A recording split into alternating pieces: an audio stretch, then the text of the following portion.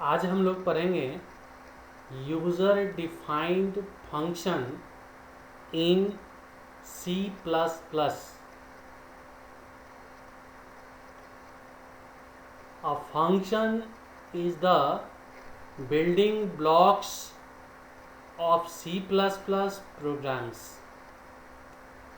A function is a set of statements that are written together to perform a specified task. हम लोग इसको define कर सकते हैं, a function is a self contained block of codes that performs a specified task.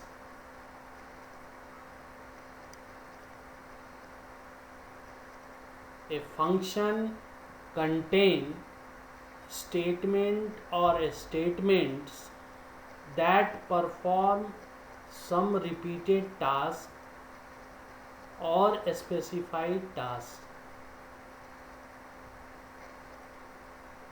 Actually, a large program is divided into a smaller module or unit is called function.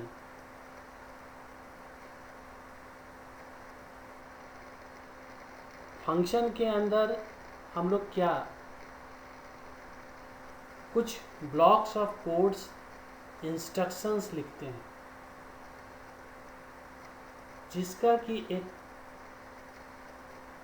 खास particular purpose होता है, उसको perform करता है। अगर मुझे add करना है 3 नंबर्स, उसके लिए प्रोग्राम लिखना है, तो we will write some instructions and this operation can be perform. और suppose that we have to perform next time again we have to right.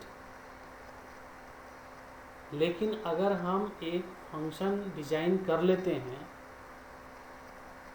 जो 2 नंबर या 3 नंबर या 5 नंबर्स का एडिशन परफॉर्म करेगा, देन हमें बार बार एडिशन के लिए code लिखना नहीं पड़ेगा। We will only use it. So a function के अंदर वो जो सेट ऑफ इंस्ट्रक्शन लिखा हुआ है that will perform the task.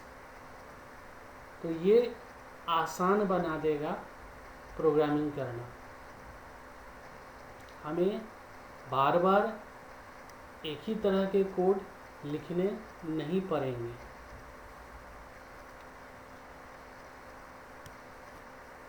So a function save us from writing the same code again and again. A function provides a mechanism to write a particular function once and then call it as and when necessary without writing the same set of statements again and again. बार बार लिखने की ज़रूरत नहीं है statements. अब हम लोग ये देखते हैं कि ये जो फंक्शन हम लोग प्रोग्रामिंग में पढ़ते हैं ये कितने प्रकार के। 2 तरह के फंक्शन हम लोग पढ़ते हैं, 2 तरह का कैटेगराइजेशन। एक होता है बिल्ट इन या प्री डिफाइंड या लाइब्रेरी फंक्शन, दूसरा होता है यूजर डिफाइंड फंक्शन। अब ये प्री डिफाइंड लाइब्रेरी फंक्शन या बिल्ट इन फंक्शन, इसे कौन डिज़ाइन करता है, इसे कौन लिखता है, इसको कौन डेवलप करता है? C++ standard library contains many predefined functions to perform various operations, so we need not write them ourselves. We can directly use this function in our program. That means ये जो बिल्ट इन फंक्शन है या predefined function है या library function है, एक ही, सब एक ही है, नाम अलग अलग है। बिल्ट इन बोले या हम प्रीडिफाइंड कहें या लाइब्रेरी फंक्शन कहें, दैट इज ऑलरेडी रिटेन। ये फंक्शन ऑलरेडी डिज़ाइन किया हुआ है, लिखा हुआ है, किसके द्वारा? डेवलपर के द्वारा, जिसने इस लैंग्वेज को बनाया, C++ को जिसने डेवलप किया है, उस टीम के द्वारा कुछ फंक्शन ऑलरेडी लिखे गए हैं, जिसको हम लोग लाइब्रेरी फंक्शन बोलते हैं, प्रीडिफाइंड फंक्शन बोलते हैं या बिल्ट इन फंक्शन बोलते हैं। इसे हम लोग डायरेक्टली यूज करते हैं अपने प्रोग्राम के अंदर। जैसे हम लोग देखते हैं, हमने यहाँ पर sqrt फंक्शन यूज किया है स्क्वायर रूट निकालने के लिए। ये प्री डिफाइंड फंक्शन है, ये लाइब्रेरी फंक्शन है C++ के अंदर। अब इसको हम लोग यूज कैसे कर रहे हैं उसको हम लोग देखते हैं। तो हमने एक वेरिएबल लिया है x, जिसे मैंने वैल्यू दिया है यूजर से, cout enter the value of x cin x। उसके बाद हमने स्टेटमेंट लिखा है int y assignment operator sqrt parenthesis के अंदर x और सेमीकोलन। अब ये फंक्शन sqrt क्या करेगा? sqrt फंक्शन इस वेरिएबल का जो वैल्यू होगा उसका स्क्वायर रूट निकाल के हमें y के पास रिटर्न कर देगा, असाइन कर देगा। और फिर हम लोग उसको क्या करेंगे? डिस्प्ले करके देख सकते हैं कि उस पर्टिकुलर वेरिएबल का स्क्वायर रूट क्या हुआ। So this is the simple program how to use predefined, built-in or library function in C++. Suppose that हमने x को वैल्यू दिया 49, तो ये क्या स्क्वायर रूट निकाल के देगा मुझे? 7। ठीक है, तो इस तरह से हम लोग प्री डिफाइंड फंक्शन को अपने प्रोग्राम के अंदर, C++ प्रोग्राम के अंदर यूज करते हैं। अब हम लोग सीखते हैं यूजर डिफाइंड फंक्शन। ठीक है, user defined function is written by us और प्रोग्रामर। यूजर डिफाइंड फंक्शन को हम लोग लिखते हैं। So a user defined function is declared like variable declaration। जैसे वेरिएबल डिक्लेरेशन की ज़रूरत हमें पड़ती है, उसी तरीके से यूज़र डिफाइंड फंक्शन का भी हमें डिक्लेरेशन करना पड़ता है। यूज़र डिफाइंड फंक्शन कहने से ये मतलब है कि जिस तरह से डेवलपर ने फंक्शन डिज़ाइन किया किसी पर्टिकुलर टास्क को परफॉर्म करने के लिए, स्क्वायर रूट निकालने के लिए, सपोज दैट अभी हम लोग देखा, उसी तरीके से हम भी अपना एक फंक्शन डिज़ाइन कर सकते हैं जो कोई पर्टिकुलर खास काम को करेगा, परफॉर्म करेगा, तो हम लोग भी डिजाइन कर सकते हैं। That's why it's name is user defined function. अब यूजर डिफाइंड फंक्शन डिजाइन करने से पहले,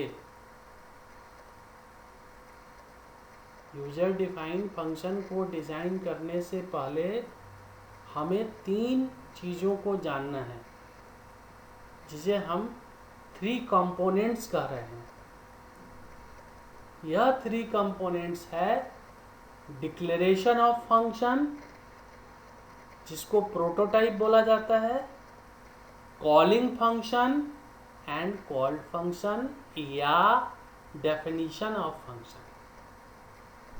जब तक ये 3 कंपोनेंट आप नहीं समझोगे, नहीं जानोगे, तब तक आप फंक्शन डिज़ाइन नहीं कर सकते। आपको तीनों ही पार्ट अच्छी तरीके से जानना पड़ेगा, सीखना पड़ेगा, तभी हम complete function, how function will work को समझ पाएंगे। A user defined function is built or designed with the help of these 3 components। उसमें पहला जो है उसको बोलते हैं डिक्लेरेशन ऑफ फंक्शन, यानी कि प्रोटोटाइप। इसे प्रोटोटाइप भी लोग बोलते हैं। तो हम लोग डिक्लेरेशन ऑफ फंक्शन बोलेंगे या प्रोटोटाइप बोलेंगे। अब इसका सिंटेक्स क्या होगा? तो सबसे पहले रिटर्न टाइप लिखेंगे। रिटर्न टाइप के बाद क्या लिखेंगे? Function name. और फंक्शन नेम के बाद पैरेंथेसिस के अंदर आर्गुमेंट लिस्ट लिखेंगे और लास्ट में सेमी कॉलम लगा देंगे। That is the end. अब this tells the compiler about the function's return type, its name and its argument list। अब ये जो एक लाइन लिखा हुआ है, ये जो सिंटेक्स है, इससे क्या क्या इंफॉर्मेशन निकलता है? तो सबसे पहली बात कि ये कंपाइलर को ये बताएगा कि इस फंक्शन का रिटर्न टाइप क्या है, इस फंक्शन का नाम क्या है, और इसके अंदर कितने आर्गुमेंट पास किए जा रहे हैं। इन चीज़ों का इंफॉर्मेशन इस एक लाइन, एक स्टेटमेंट के अंदर है। अब हम लोग इसको हर एक टर्म को अलग अलग समझेंगे। अब हम लोग देखते हैं सबसे पहले कि इसको कैसे, प्रोटोटाइप का क्या सिंटेक्स होगा, डिक्लेरेशन होगा, और उस पर हम एग्जाम्पल लेके समझने का कोशिश करते हैं। तो सबसे पहले हमने लिखा है रिटर्न टाइप के जगह पे वॉइड, फिर लिखा है डिस्प्ले। तो void is the return type, display is the function name, और उसके बाद एम्प्टी पैरेंथेसिस। यहाँ पर कोई आर्गुमेंट नहीं है, सो एम्प्टी पैरेंथेसिस, और उसके बाद सेमी कॉलम। ये डिक्लेरेशन ऑफ फंक्शन बोलिए या प्रोटोटाइप बोलिए। This display function prototype tells that it does not take any arguments and also does not returning any value। अब दूसरा एग्जांपल देखते हैं। void swap पैरेंथेसिस के अंदर int comma int parenthesis close semicolon. ये डिक्लेरेशन ऑफ फंक्शन या prototype हमें क्या बताता है?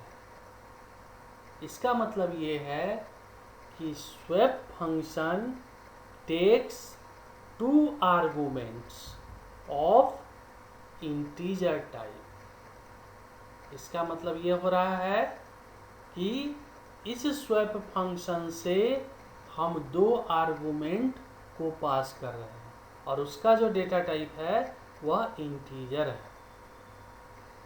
And does not returning any value, और यह कोई वैल्यू रिटर्न नहीं कर रहा है, तो उसके लिए हम रिटर्न टाइप की जगह पर क्या लिख रहे हैं?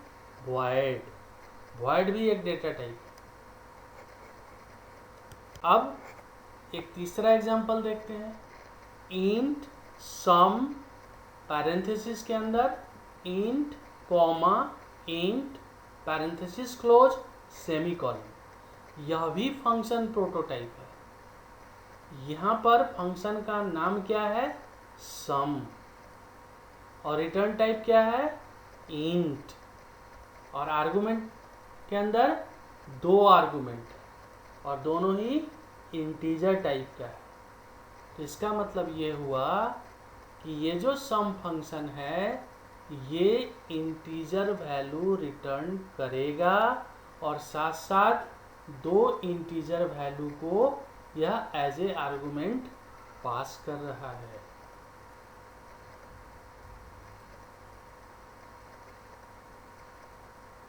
अब यहाँ पर एक बात जानना जरूरी है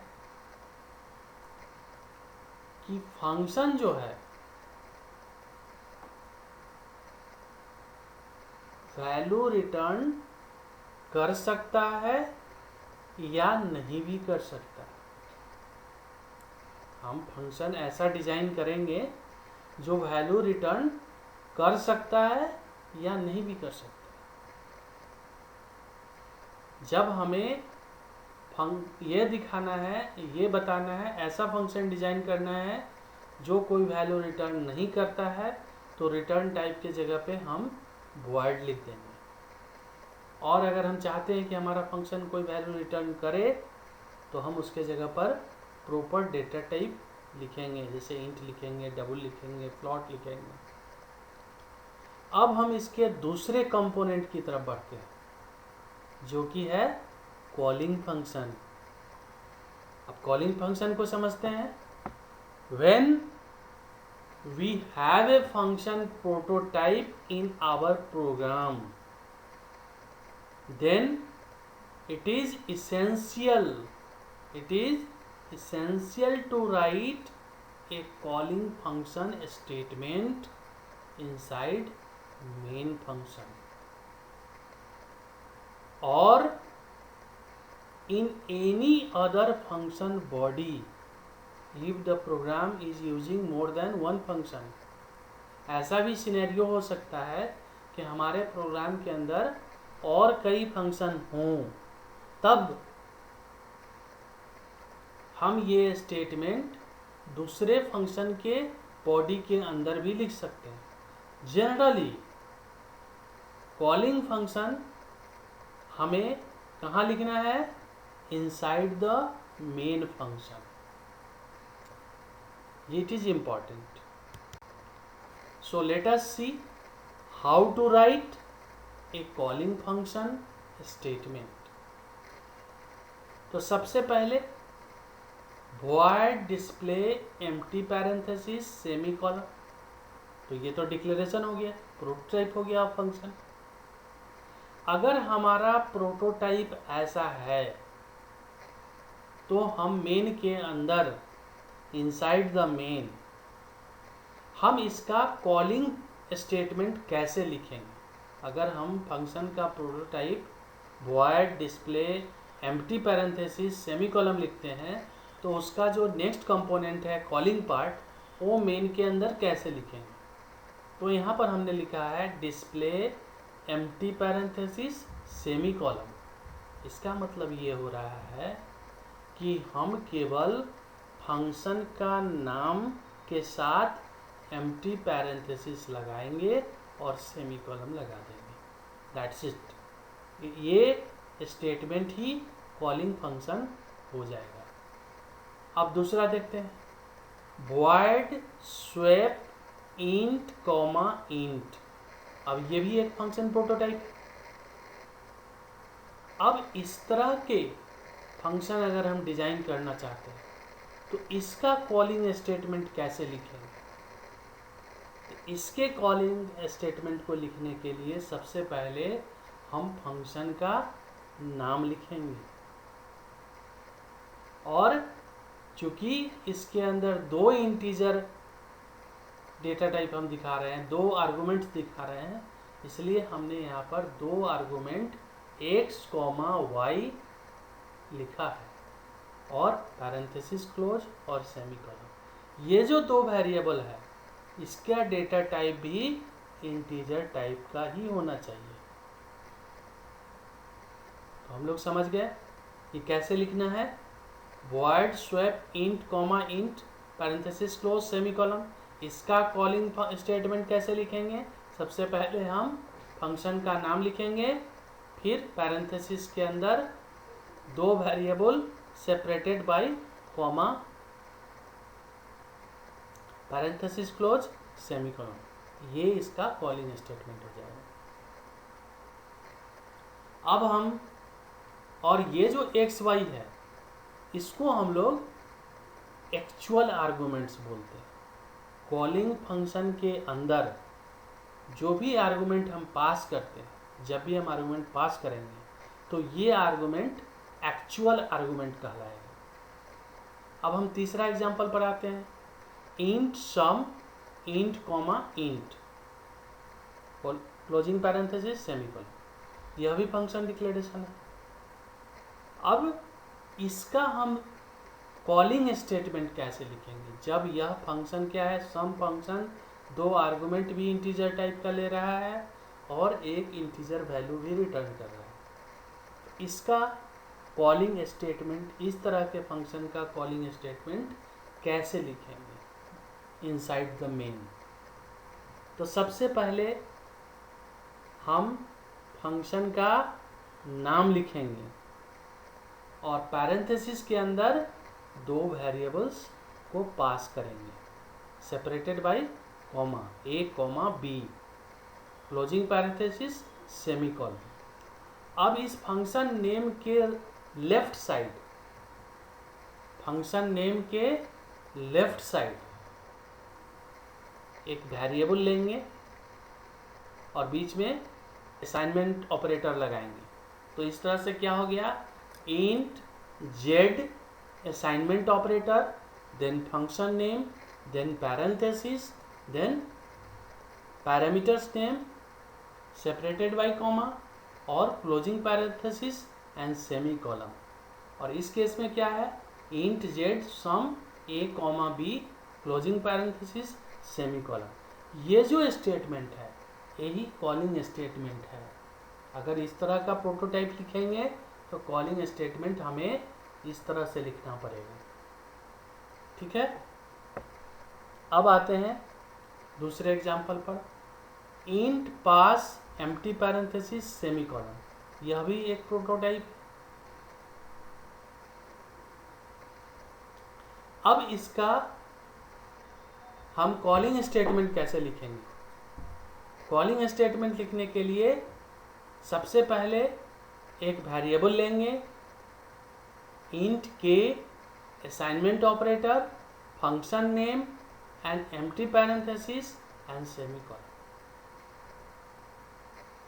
ये लिखेंगे। ठीक है। अब हम तीसरे कंपोनेंट जो कि है कॉल्ड फंक्शन या function definition, definition of function, उसके बारे में जानते हैं। ये तीसरा कंपोनेंट को हम लोग कैसे लिखते हैं, कैसे समझना है। A function definition part is written exactly same as the function prototype declaration contains except semicolon. It contains the body of the function enclosed in braces. Called function या फंक्शन डेफिनेशन हम एग्जैक्टली वैसा ही लिखेंगे जो हम prototype वाला line लिखे हैं same line को लिखेंगे, लेकिन लास्ट में सेमी कॉलम हमको नहीं लगाना है, उसके बदले ओपनिंग एंड क्लोजिंग ब्रास लगाएंगे, जिसको बॉडी ऑफ द फंक्शन हम लोग बोलते हैं। Actually the purpose of designing a function is written inside this body, function body, or we can say the actual task is written inside function definition part। हम लोग क्यों function बनाना चाहते हैं, what is the purpose, what is the objective, और हमारा ये function कौन सा स्पेसिफाइड टास्क करेगा, ये चीज़ें हम इसी बॉडी ऑफ द फंक्शन के अंदर लिखते हैं, या हम ये कहें कि कॉल्ड फंक्शन के अंदर लिखते हैं, या डेफिनेशन ऑफ फंक्शन पार्ट के अंदर ही लिखते हैं। सो एक्चुअल टास्क हमारा फंक्शन क्या करेगा, कौन सा टास्क को परफॉर्म, स्पेसिफिक टास्क को परफॉर्म करेगा, ये सारा इंस्ट्रक्शन हम कहाँ लिखते हैं, कॉल्ड फंक्शन के अंदर लिखते हैं। Now let us see it's syntax.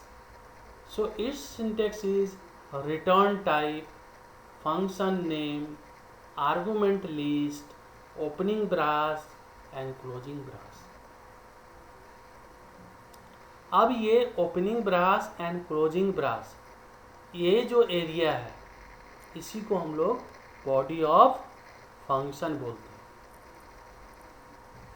अब इसके अंदर return type, function name, argument list, ये हम पीछे से देखते आ रहे हैं, डिक्लेरेशन में भी देखा।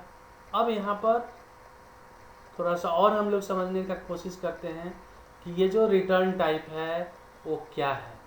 एक्चुअल में return type is nothing, it is a data type, it is a data type,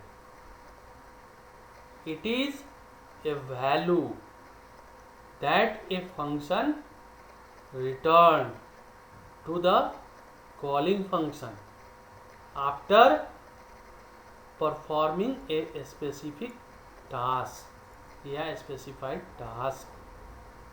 A return statement in function terminates the control after execution of the function and it returns a value to the calling program।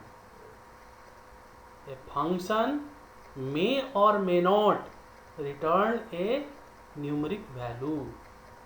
If it does so, it can be done by using a return expression in function definition part। यानी कि ये जो return type है actual में ये data type ही है, और यह हमें यह बताता है कि हमारा फंक्शन कोई वैल्यू रिटर्न करेगा या नहीं करेगा। ये हम पे डिपेंड करता है। अगर हम रिटर्न टाइप जैसा स्पेसिफाई करेंगे, जैसा वहाँ रिटर्न टाइप लिखेंगे, वैसा वो परफॉर्म करेगा। सो रिटर्न ए फंक्शन एक वैल्यू रिटर्न कर सकता है और नहीं भी कर सकता है। अगर नहीं करना है तो हम वहाँ पर रिटर्न टाइप की जगह पर वॉइड डेटा टाइप लिख देंगे। और अगर फंक्शन हम चाहते हैं कि फंक्शन एक वैल्यू रिटर्न करे तो हम वहाँ पर कोई प्रॉपर अलग दूसरा डेटा टाइप लिखेंगे। ठीक है। अब function name, this is an identifier and can be used for naming a function. एक जैसे वेरिएबल का नाम देना जरूरी है, वैसे ही फंक्शन का नाम भी देना जरूरी है। It should be a meaningful name. Next जो चीज़ है, argument list.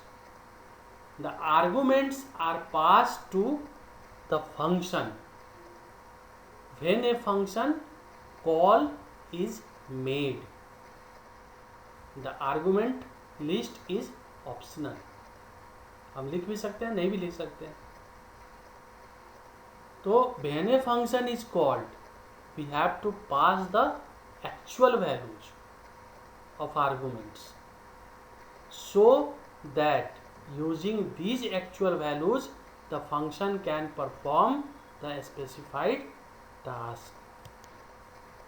The arguments that are defined in the function definition are called formal arguments. अब यहाँ फंक्शन डेफिनेशन के अंदर जो आर्गुमेंट्स पास होंगे उनको हम लोग फॉर्मल आर्गुमेंट्स बोलते हैं. Let us see an example. void display empty parenthesis opening brace and closing brace. this is the body of the function. इसके अंदर हमने क्या लिख दिया, printf, या हम यहाँ पर लिख सकते हैं cout. cout function definition.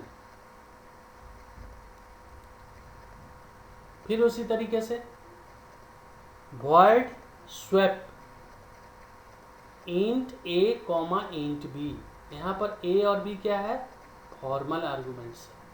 ये फंक्शन डेफिनेशन पार्ट के अंदर जो आर्गुमेंट होते हैं उनको हम लोग फॉर्मल आर्गुमेंट्स बोलते हैं.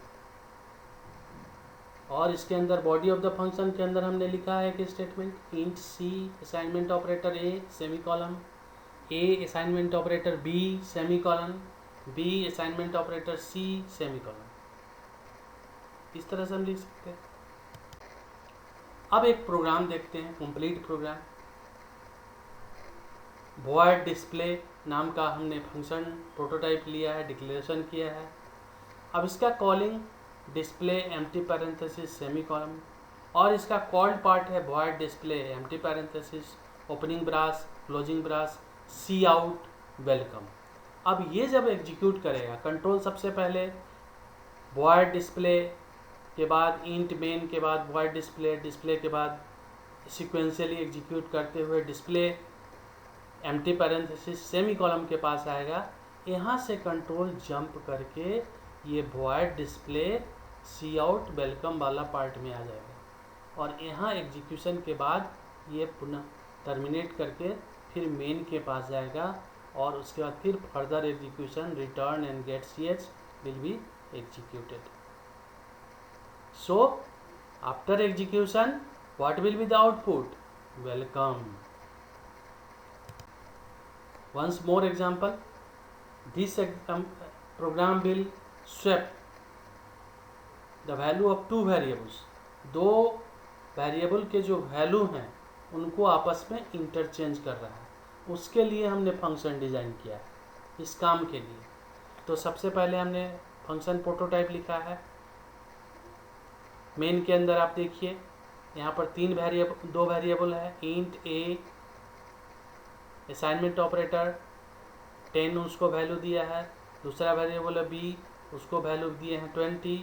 फिर फंक्शन प्रोटोटाइप है void swap int comma int closing parenthesis semicolon. ये फंक्शन डिक्लेरेशन है. इसके बाद इसका calling statement inside the main ही लिखना है. तो कॉलिंग स्टेटमेंट लिखे हैं फंक्शन नेम, फिर उस वेरिएबल का नाम, दो एक्चुअल आर्गूमेंट हमको पास करना पड़ेगा a comma B, return statement get C H. अब इसका कॉल्ड पार्ट हमने ऊपर में लिखा है void swap int X comma int Y. ये फॉर्मल आर्गूमेंट्स है. जो भी वैल्यू ए और बी का वैल्यू यहाँ से भेज रहा है कॉलिंग स्टेटमेंट, वो इस वैल्यू को रिसीव करेगा. किस में, ए का वैल्यू एक्स में रिसीव होगा, बी का वैल्यू कहाँ रिसीव होगा, वाई में. So int Z assignment operator x, ये स्टेटमेंट क्या करेगा, एक्स के पास जो वैल्यू है वो जेड को असाइन कर देगा. एक्स के पास जो वैल्यू है वो जेड को असाइन हो जाएगा. फिर दूसरा स्टेटमेंट क्या कर रहा है, एक्स के असाइनमेंट ऑपरेटर वाई के पास जो वैल्यू है वो एक्स को असाइन कर दे रहा है. ठीक है. फिर तीसरा स्टेटमेंट क्या कर रहा है, वाई असाइनमेंट ऑपरेटर जेड के पास जो वैल्यू था वो फिर वाई को असाइन कर दिया. इस तरह जेड खाली का खाली ही रह गया. आफ्टर चेंज एक्स और वाई का वैल्यू हम लोग डिस्प्ले कर सकते हैं सी आउट स्टेटमेंट लिख के. तो आउटपुट क्या हो गया, 20 और 10. ठीक है, thank you. Please subscribe my channel. अगर आपको मेरा वीडियो अच्छा लगता है और वीडियोज़ आप देखना चाहते हैं, देन प्लीज़ सब्सक्राइब।